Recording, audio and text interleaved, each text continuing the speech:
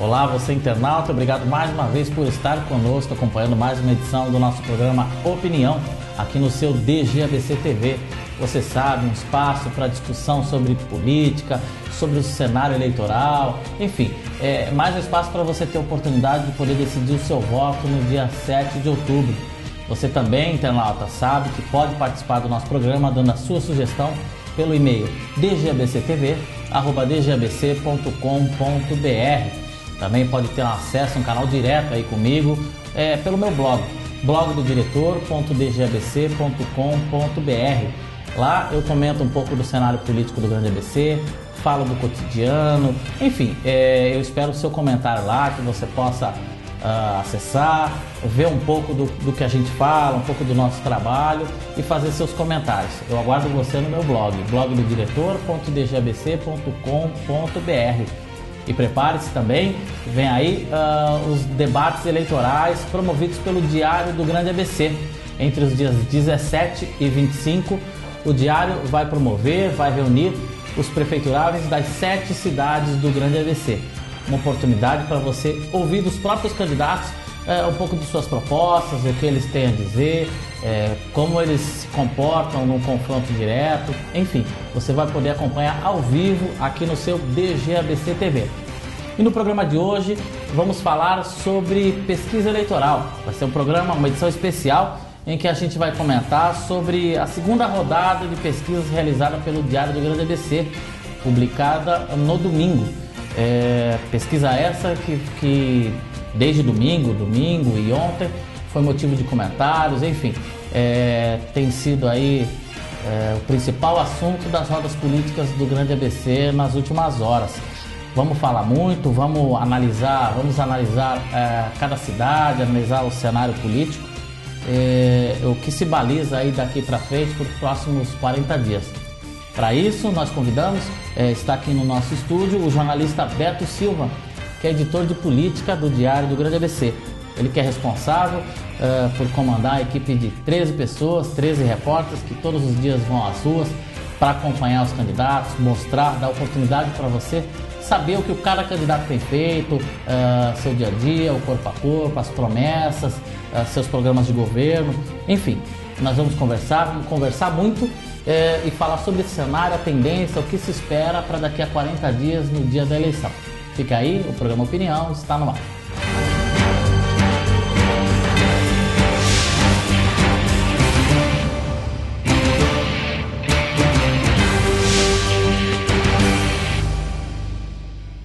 Beto Silva, comandante da equipe, que hoje, todos os dias, está nas ruas aí para mostrar aí o cenário político para vocês. Beto, em primeiro lugar, obrigado por estar aqui para a gente poder conversar, bater esse papo sobre o resultado das pesquisas eleitorais. Olá, Sérgio. Olá, você internauta. Nosso objetivo aqui é tentar desmistificar aí, tentar detalhar esses números que a segunda rodada de pesquisa do Diário do Grande ABC mostrou no domingo para você, eleitor, que vai decidir o seu voto no dia 7 de outubro. Beto, eu começo te perguntando, qual é o grande destaque, fazendo uma análise aí das sete pesquisas, que análise que dá para tirar? Qual é o grande destaque dessa pesquisa eleitoral? Olha, Sérgio, o que eu me debrucei nos números aí para avaliar foi que o PMDB, uma onda PMDB no Grande ABC, foi revelada nessa segunda rodada de pesquisas. A gente viu a Vanessa Adamo em Mauá abrir vantagem sobre o Donizete Braga, ela disparou na liderança. A gente viu o Paulo Pinheiro se aproximar, ultrapassar com uma ligeira vantagem a Regina Maura. E a gente viu o Saulo se desgarrar daquele grupo ali junto com a Marinês e com o Dedé para assumir de fato a liderança em Ribeirão Pires. O que a gente vê aí, de fato, são das 4 cidades que o PMDB participa, que o PMDB disputa a eleição, 3 liderando nesse momento. E historicamente o PMDB não tem muita tradição de eleger prefeitos no Grande ABC. A gente pode recordar o PMDB, por exemplo, em São Caetano, elegeu o Raimundo da Cunha Leite, né? Então são poucos casos aqui no Grande ABC. Acho que é o partido que vem ganhando força, quer dizer, como é que você explicaria esse crescimento do PMDB em um cenário, em uma região em que nunca foi muito forte? Eu acho que a partir da morte do ex-governador Orestes Quercia, o PMDB começou a se reorganizar. Historicamente, nas cidades do estado de São Paulo, ele era muito governista. Com a morte do ex-governador, assumiu o deputado estadual Baleia Rossi, que deu uma outra cara para o partido começou a ser um pouco mais de enfrentamento, começou a ter uma personalidade um pouco maior e foi ganhando corpo na região, lançou as candidaturas próprias que deveria ter lançado, e eu acho que está ganhando campo nesse sentido. Eu acho que falta ainda em Santo André o candidato Nilson Bonomi dar um passo à frente, ele ainda não conseguiu deslanchar, é o único nome dos 4 pleiteantes aos passos da região, dos 4 do PMDB, que ainda não alavancou a candidatura. Os outros 4 com grandes chances de vencer o pleito de outubro. Né? Agora, a gente analisando cada uma das pesquisas, a gente fazendo uma análise mais direta em cada uma, a gente debruçando sobre os números de Santo André, a gente vê nessa segunda rodada o prefeito Aïdan Ravin ainda liderando com 30,4% das intenções de voto, isso na rodada estimulada. Ele que em julho estava com 32,5%. E a gente vê uma discreta subida aí do seu principal adversário, o candidato do PT, Carlos Grana, que passou de 20,4% para 21,9%. Qual a tua análise disso? Quer dizer, o PT, que sempre foi muito forte, quer dizer, já administrou a cidade, começa a ganhar corpo? Acha que é possível? Dá tempo para, em tão pouco tempo, conseguir reverter esse cenário? Eu acredito que dá para aproximar mais. O PT tem reconhecido, os militantes petistas têm reconhecido agora o nome de Carlos Grana como seu representante na eleição deste ano. O nome dele ainda estava um pouco separado do partido, a militância do PT é forte em Santo André. O destaque do Grana, além da aproximação com o Aïdan, é a descolada do Raimundo Salles. Ele que estava empatado tecnicamente em segundo, o candidato do PDT, Raimundo Salles, com o Grana ali na faixa dos 20%, agora o Grana está com 31,6% e o Raimundo Salles com 19,8%. Já dá para ver um cenário aí de polarização entre o prefeito que busca a eleição, Aïdan Ravin, pelo PTB, e o candidato do PT. O Salles vai ter um pouco de trabalho aí para tentar encaixar o seu discurso, tentar encaixar a sua candidatura no meio dessas duas como uma terceira via. O restante aí está ficando um pouco mais complicado. Lá atrás, nas últimas colocações, Bonomi, Reina e Flacker. Aí a gente já começa a separar um pouco esses 3 dos 3 de cima. Na realidade o Salles ele caiu de 17,8 para 13,7, né, na estimulada, e o Grana com 21,9. Quer dizer, surpresa negativa dessa rodada, de fato, a queda do Salles. Apesar dele ter uma ligeira subida aí na espontânea. Era esperado isso quando o Salles, logo começou a sua campanha? Ele teve uma exposição grande por conta da entrada do PSDB, enfim, de toda aquela polêmica que envolveu para que lado estaria o PSDB, né? Acha que dá tempo do Salles reverter, mudar esse cenário? A grande aposta do Salles nesse momento é realmente a entrada do governador Geraldo Alckmin na campanha. E aí eu acho que o PSDB estadual está fazendo uma análise de em qual cidade ele vai realmente entrar de cabeça na eleição. Se isso não acontecer em Santo André, a tendência é realmente polarizar entre Aïdan e Grana. Agora vamos esperar o governador se decidir se ele realmente vai apoiar. A gente vê ele no material impresso do candidato do PDT, a gente vê ele em mensagens na internet, mas ainda não viu ele, a presença física dele por aqui. Talvez o eleitor ainda não tenha essa análise, não tenha essa visualização de que o candidato do governador, que sempre foi muito bem votado aqui, sempre dividindo votos com o PT em Santo André, é ligado ao Salles. Talvez com a entrada dele dá para subir um pouquinho. E aí daqui para frente vamos ver o que vai acontecer. Vale só lembrar que o prefeito Aïdan Ravin sempre foi muito próximo. Ele é um aliado histórico aí do governador Geraldo Alckmin. Apoiou o governador na sua campanha de 2 anos atrás. Isso talvez seja um motivo que o governador tenha essa indefinição nesse momento de vir ou não a Santo André, de definir se vem subir no palanque do Salles ou não. Apesar dele sempre dizer que é um soldado do partido e que a decisão que o partido tomar ele irá acompanhar, né, Beto? Aliado a isso, a gente vê também uma certa indefinição, uma certa rejeição do prefeito Aïdan Ravin. Ele que, dentre os que buscam a reeleição, é o que mais tem rejeição. Ele está com 30,9% de rejeição.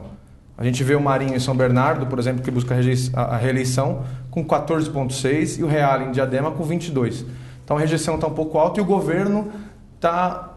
A população avalia, está meio dividida quanto ao governo Aydin. 50%, 60% acham bom e 50%, 40% acham um governo ruim. De repente, está se desenhando um segundo turno na cidade de Santo André. Não sabemos ainda quem que vai ser, mas o Gran está despontando como o adversário de Aydin. O que fica claro, e aí para a gente encerrar a discussão de Santo André, é que o eleitor, por enquanto, separa a administração Aydin Ravin do político Aydin Ravin. Né? Quer dizer, ele, enquanto político, consegue ter um carisma muito grande, ele consegue ter uma aproximação com o eleitor, mas não consegue transferir, por exemplo, essa sua aceitação pessoal para o seu governo. Né? A gente vê isso também nos votos válidos. Nos válidos, o Aydin tem um pouco mais de 40% nesse momento, na segunda rodada de pesquisa do DGABC, enquanto que o Marinho já está chegando na casa dos 70% e o Reale na casa dos 60%. Então, é mais um dado aí para a população ficar atenta. Bom, vamos virar a página aqui e falar um pouco de São Bernardo, outra importante cidade aqui do Grande ABC, e que, pelo menos por enquanto, se mostra praticamente definida aí. Quer dizer, o cenário hoje caminha para uma definição no dia 7 de outubro. O prefeito Luiz Marinho teve uma subida significativa em relação à estimulada de julho, que ele passou de 46,5% para 53,4%. E seu principal adversário, Alex Manente, deputado estadual do PPS, perdeu votos. Ele baixou de 28,9% para 22,7%. Ou seja, Marinho tem, como já disse o Beto, quase 70% de percentual de intenções de voto, aí levando em conta apenas os votos válidos. Na tua opinião, é uma eleição decidida? Praticamente decidida. A gente não pode fechar os olhos para isso, não pode ficar tapando o sol com a peneira. Em um mês, o Marinho ganhou cerca de 7 pontos percentuais. O principal adversário dele, o Alex Manente, perdeu 6, ou seja, a diferença aí aumentou em 13%. E ele está chegando em níveis de intenção de voto dos votos válidos em 70%. Muito difícil reverter esse quadro com uma boa gestão, avaliada pela população, é claro, também registrada pela pesquisa do Diário. Fica difícil para o Alex Manente virar esse jogo, mesmo com a entrada aí do governador, ele que tem o vice ele é do PPS, tem o vice do PSDB, o Admir Ferro. Muito difícil reverter esse jogo. Então, quer dizer, nesse caso, o que se vê é que acontece um pouco com o Marinho, diferente do que acontece com o Aydin. O Marinho tem uma boa aprovação do governo, mas ele não tem o carisma, ou talvez a popularidade pessoal que tem o prefeito Aydin Ravin. Né? Mesmo assim, a aprovação do seu governo reflete nas pesquisas. Né? Transfere o voto do bom governo para o candidato Luiz Marinho. Outro dado interessante, outra informação interessante a ser passada é sobre a postura do candidato Luiz Marinho. Ele que é apadrinhado pelo ex-presidente Lula, ele está dizendo que o Lula tem que guardar suas forças para outras cidades, os ministros do governo Dilma também têm que visitar outras cidades, porque em São Bernardo a situação está mais tranquila. Apesar de ele pregar pé no chão e pé no chão da militância para não dar uma eleição como já ganha. Mas ele está nas atividades de rua, está pregando o pé no acelerador, mas por outro lado ele está mudando um pouquinho a postura dele, deixando o Lula e os ministros um pouquinho para os outros candidatos do PT. É verdade, isso demonstra uma confiança também, né? Claro que ainda tem 40 dias, muita coisa pode acontecer aqui, mas ele, dando esse recado, dá a entender que já considera a eleição como de fato definida, né? Não tem uma terceira via na cidade. Aldo Santos do PSOL não decolou, Ademir Silvestre do PSC não decolou, Lígia Gomes do PSTU também não saiu ali dos... Todos eles têm menos de 3% hoje, não tem uma terceira via. É primeiro turno e provavelmente, muito provavelmente, com o Marinho sendo eleito. Vencendo. Vamos falar agora de São Caetano, uma eleição com ares aí de muita emoção. Quer dizer, essa segunda rodada trouxe uma mudança significativa aí no cenário. Até ontem na edição A candidata governista, a Regina Maura, disse que já sentia essa divisão do governo. E nos números a gente vê a Regina Maura sendo ultrapassada pelo Paulo Pinheiro, candidato do PMDB.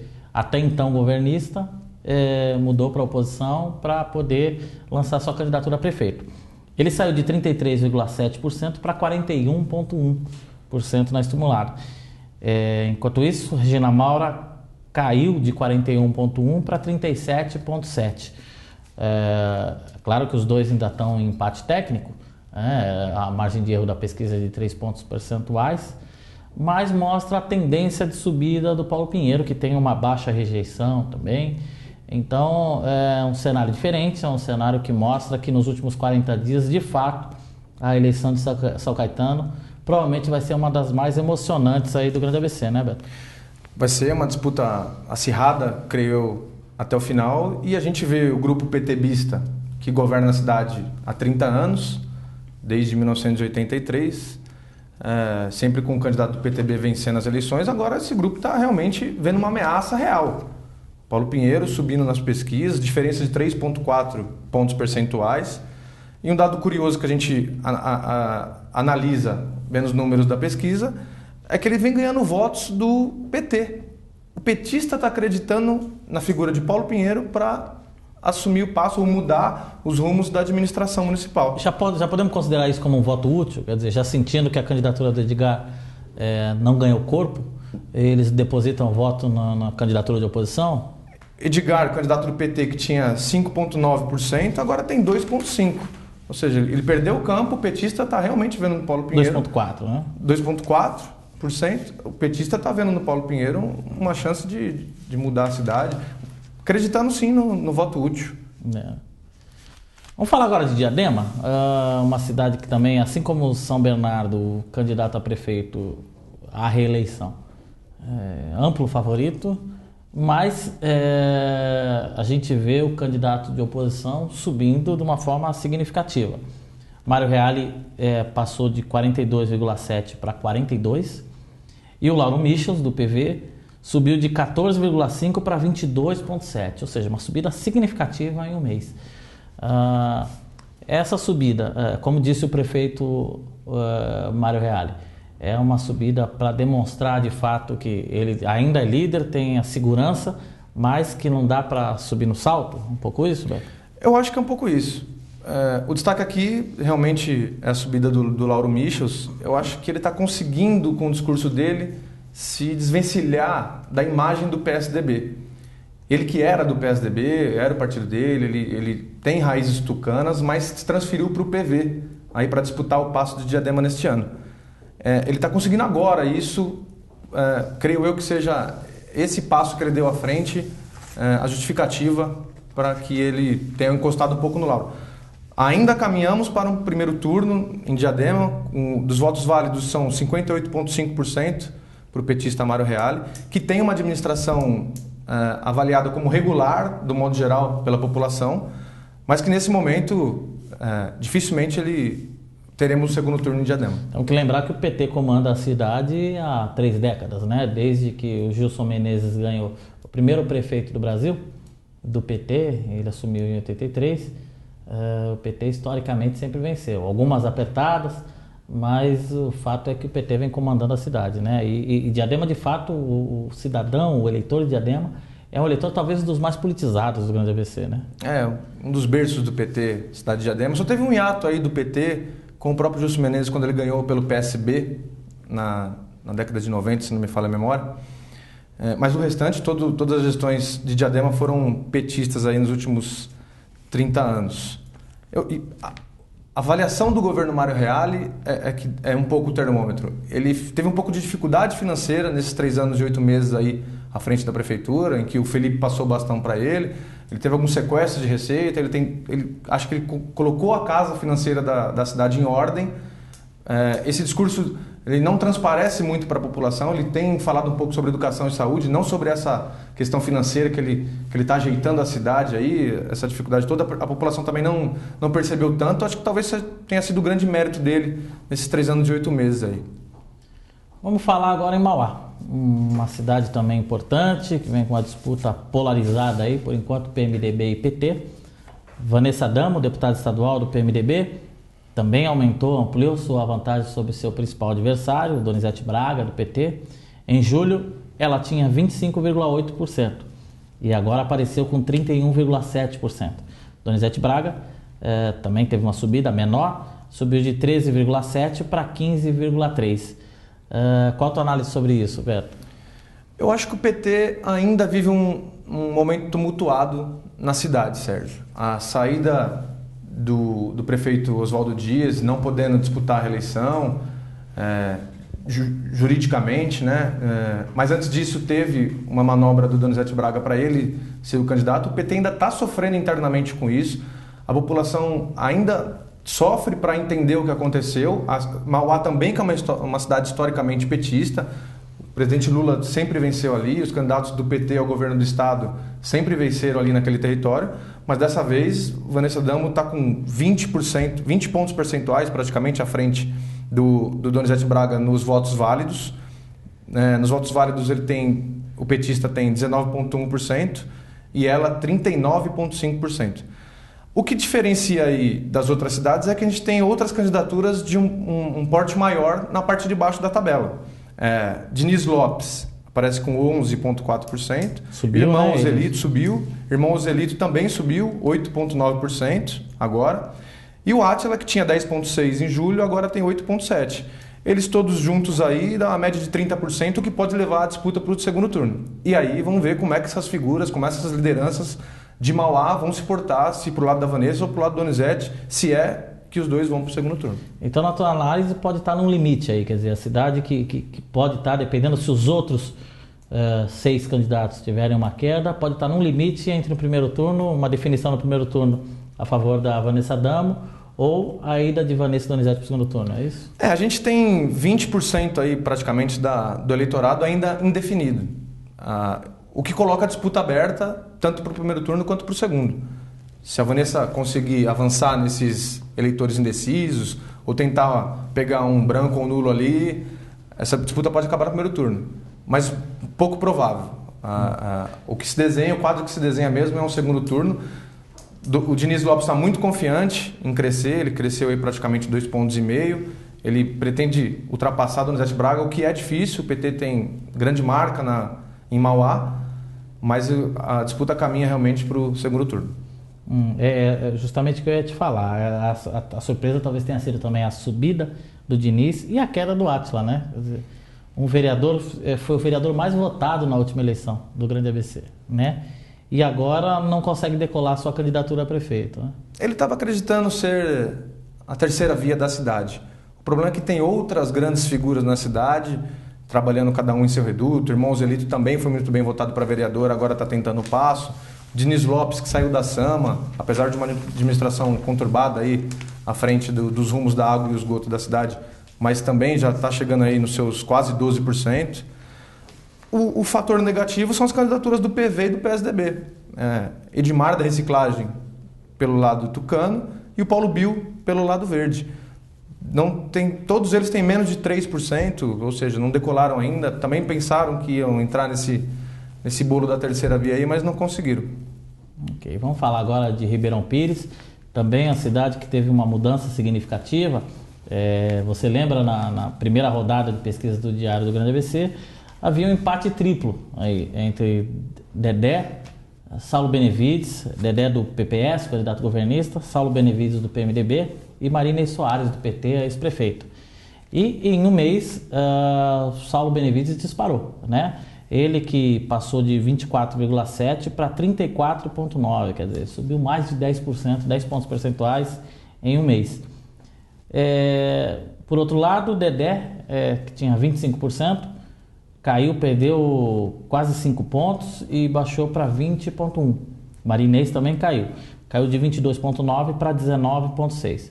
O que caminha aí para uma cidade em que a disputa vai ser definida no dia 7 de outubro, que não tem segundo turno, para uma margem bem folgada e bem tranquila para o Saulo Benevides, né, Beto? Quer dizer, qual a tua opinião? Ele que o candidato do PMDB vem fazendo uma campanha um pouco diferente dos adversários. Ele tem procurado reuniões casa em casa, com os moradores, com os apoiadores a vereador, enquanto Dedé e Maria Inês têm procurado grandes eventos, grandes caminhadas. Ele está correndo por fora, está correndo bem. Há de se ressaltar duas questões quanto à candidatura de Dedé. O indeferimento dele pela Justiça Eleitoral. A candidatura dele ainda não foi liberada, o recurso está em trâmite, mas ainda não foi julgado pelo TRE. Isso cria uma certa dúvida no eleitorado que talvez não tenha tanta confiança de depositar o voto nele nesse momento. Ele pode reverter isso aí, ele tem 40 dias para tentar reverter isso. Difícil, mas está no páreo. E a administração Clóvis Volpi, que é quem o apoia, ele é vice-prefeito da cidade, Volpi é o prefeito, tem 37,7% de reprovação, entre péssimo e ruim, segundo a pesquisa do Diário também. Esses dois fatores colocam o Dedé um pouquinho para baixo nesse momento. O que coloca a Maria Inês na terceira colocação é o alto índice de rejeição dela. Ela que foi prefeita por 2 vezes, tem 39,3% de rejeição, maior entre os candidatos de Ribeirão Pires. Ou seja, essa eleição de fato caminha para uma definição. E inegável o quanto a questão jurídica faz diferença numa eleição. É uma cidade pequena, uma cidade em que a eleição se define no primeiro turno e que de fato o eleitor, isso deixa o eleitor na dúvida. Quer dizer, o eleitor na dúvida se o candidato dele pode ser ou não, pode estar liberado ou não pela Justiça Eleitoral, ou faz repensar, né, o seu voto, né, Beto? Acrescentando a isso uma outra curiosidade do candidato do PMDB. Assim como em São Caetano, Paulo Pinheiro era governista, Saulo também era governista, rompeu com o governo do Volpi em 2008 para tentar ir agora a sua candidatura em 2012 pelo PMDB. Tá uma terceira via aí que realmente tem surpreendido na cidade. Verdade. Última cidade aí para a gente comentar, Rio Grande da Serra. Também mudança do cenário. A primeira rodada mostrou um equilíbrio muito grande entre o candidato governista, o ex-secretário de Obras Gabriel Maranhão, do PSDB, e o vereador do PT, Claudinho da Geladeira. Na primeira rodada, Claudinho aparecia em primeiro com 34,4%. E agora perdeu votos, na intenção de votos, baixou para 30,8%. Em contrapartida, Gabriel Maranhão disparou. Ele saiu de 32,1% para 44,7%. Também isso é reflexo, Beto, na sua opinião, de que o eleitor consegue enxergar que o Maranhão de fato é o candidato do Kiko? Agora realmente a imagem do Gabriel colou a do Kiko. O governo bem avaliado, de um tucano que tem 8 anos aí à frente do executivo. E nos números do Diário dá para perceber bem isso. Por exemplo, na pesquisa espontânea, o prefeito Kiko, na primeira divulgada dia 22 de julho, tinha 4%, sendo que ele nem é o candidato, não pode ser candidato pela segunda vez na reeleição. Agora ele já é lembrado por 0,1%, 0,2% por esse eleitorado espontâneo. Ou seja, a transferência de votos já está sendo mais direta. E o Gabriel Maranhão, que não era reconhecido na cidade, 40% dos eleitores na primeira pesquisa não tinham conhecimento de que ele era candidato. Agora quase a totalidade da cidade já sabe, e esse conhecimento e essa comparação, esse vínculo de imagem dele com o prefeito é que faz ele subir nas pesquisas. Maravilha. Beto, nós estamos chegando ao final do programa, queria te agradecer mais uma vez e terminar te perguntando, né? Qual a perspectiva, como é que você vê o cenário aí para os próximos 40 dias? Agora acho que as campanhas vão ser intensificadas. Mais lideranças estaduais, mais lideranças nacionais desembarcando no Grande ABC. O eleitor vai ficar mais atento a essas movimentações. As campanhas no rádio e na televisão em São Paulo já começaram. Eu acho que o clima eleitoral vai tomando cada vez mais conta da população, dos formadores de opinião, das entidades de classe. Isso vai fazendo com que a eleição vá ganhando corpo para nós chegarmos aí no dia 7 de outubro, se Deus quiser, com uma grande participação do eleitorado na festa da democracia. É verdade. E aqui o Diário do Grande ABC dá a sua contribuição para você poder decidir o seu voto no dia 7 de outubro, poder ter todas as informações possíveis para poder decidir em quem depositar aí a sua confiança nas urnas. Este programa, então, deu uma oportunidade para que você, eleitor, pudesse entender, interpretar um pouco dos números, o que de fato cada pesquisa, cada cenário de cada cidade significa, a expectativa, o que se pensa daqui para frente, o que esses números refletem. Eu agradeço, Beto, obrigado mais uma vez, parabéns aí pelo trabalho e mais 40 dias aí com a equipe As Ruas para mostrar pro nosso eleitor, pro cidadão do Grande ABC o que cada um tem feito nas ruas, né? Estamos empenhados com a nossa equipe, com a direção do Diário do Grande ABC, para fazer um grande trabalho nessa eleição e contribuir de maneira democrática e decisiva para as eleições do Sul.